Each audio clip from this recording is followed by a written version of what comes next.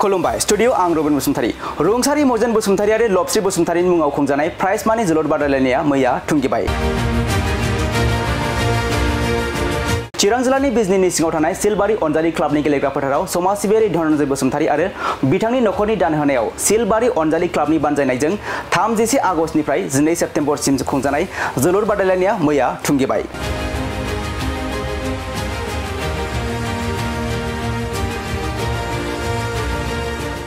मैयानि बे जोबथा बादायलायनायखौ गेलेदों बान्दोगुरि लाइमोन क्लाब आरो गालाफारा गेरेमसा क्लाबा। मख'नो गोनांदि बे बादायलायनायाव गासै मोन 14 क्लाबफोरा बाहागो लादोंमोन।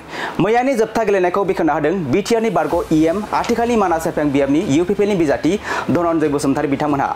लोगोसे गेलेनायनि सेथि बान्थाखौ गथायना हरो मानास एफएम बिएफनि बिपिएफनि बिजाथि जांगिला औवारी बिथाङा आरो नैथि बान्थाखौ गथायो सिलबारि अनजालि क्लाबनि बोसोनगिरि आरो बरबाजार गोजौसिन फरायसालिनि गोरायुं खुंख्रा गयारी बिथाङा। लोगोसे साबसिन गेलेगिरि बान्थाखौ गथायो बिआरपिएलनि जेनेरेल मेनेजार मुसुखा बर' बिथाङा आरो बादायलायनायाव नुजाथियो बिडिएसएनि गाहाय नेहाथारि नबिन गयारी, बिजनी दखराय आबसुनि आफादगिरि सुबाल दैमारी बिथांमोनजों लोगोसे 6000निबो बांसिन जोलुर अनसायगिरिफोरा नायनो बाहागो लादोंमोन।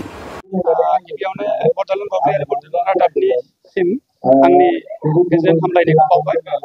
थांनाय 31 आगस्तनिफ्राय सिलबारि अनजालि क्लाबनि बानजायनायाव सोरगोआरि माजेन बसुमतारी आरो लबस्रि बसुमतारी गोसोखां बिनि फिसाज्ला धनन्जय बसुमतारी आरो नखरनि बिदा फंबाय बिब' बिनानावफोरा मोनसे प्राइज मानि काम ट्रफि बिदि मोनसे कम्पिटिसन होनाय जादों टुर्नामेन्ट।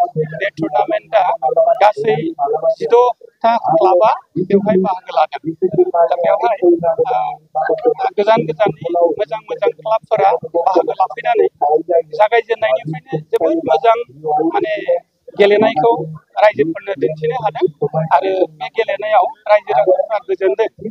बेवहाय दिनै फाइनाल फैबाय। 12 साननि गेजेरावनो बे फाइनाल मेट्सखौ खालामनाय जादों।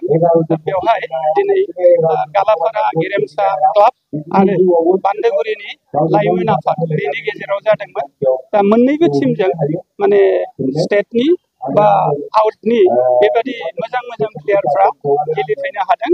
दिनै गालाफारा गेवलां क्लाबजों माने गेरेमसा क्लाबजों माने बिजनीनि अनगायैबो जों क'क्राझार गसाइगाव बेबादि आरो जोंहाय मिज'रामनि प्लेयारफ्रा गेलेफैदों आरो बेवहाय बान्दोगुरिनि लाइमोन आफादजोंबो बिजनीनि अनगायै माने गोबां मोजां मोजां माने क्लाबजों गेलेग्रा जेरै सिमां बसुमतारीमोन, बेनिफ्राय ओजोंहाय गालाफाराजोंबो मानोमोन बेयो महादेब बसुमतारी आरो अर्जुन बसुमतारी बेफोरबायदि प्लेयारफ्रा बेयाव गेलेनानै रायजो राजाफोरखौ जोबोद गोजोननाय होदों।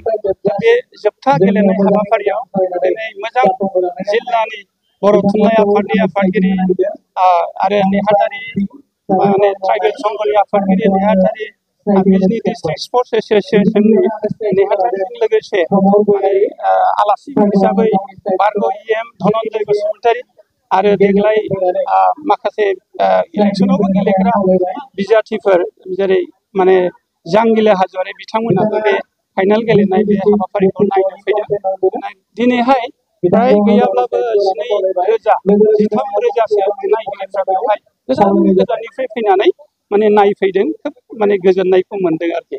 खेलाया मोजाङैनो जाफुंदों। उन्दै उन्दै जे लाइमोन आं बेखौनो बुंनो सानो जाहाथे उन्दै उन्दै लाइमोन जायफोर गेलेनायखौ गावनि केरियार दानो हिसाबै लुबैयो बिसोरो नैबे प्राइज मानि काम ट्रफि बे टुर्नामेन्टआव गेलेगिरिफोरनि जे आदब खायदा बे आदब खायदाखौ नुनानै जाहाथे सोलोङो आरो नेसनेल इन्टारनेसनेल बेबादि गेलेग्रा जानो थाखाय गावखौ साखा फारा खालामो बेखौनो आङो लुगैयो।